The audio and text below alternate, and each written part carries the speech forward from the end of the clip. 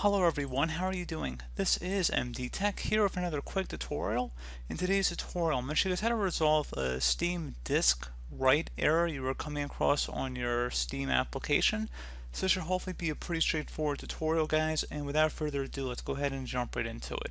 All you have to do is open up the location that you normally access Steam with. So let's say you go through the Start menu.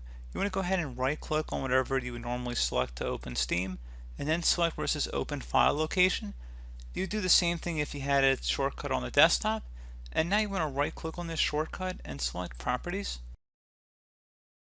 Select the Compatibility tab and go ahead and checkmark where it says Run this program as an administrator. Select Apply and OK. Once you're done with that, go ahead and launch Steam, and then hopefully your issue should have been resolved.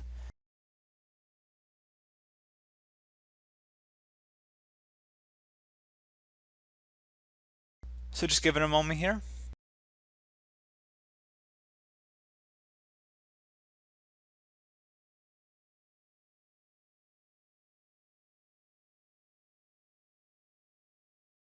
Go ahead and click Do Not Show again, and then select Continue. And hopefully then you should be able to sign in, and that should resolve the problem.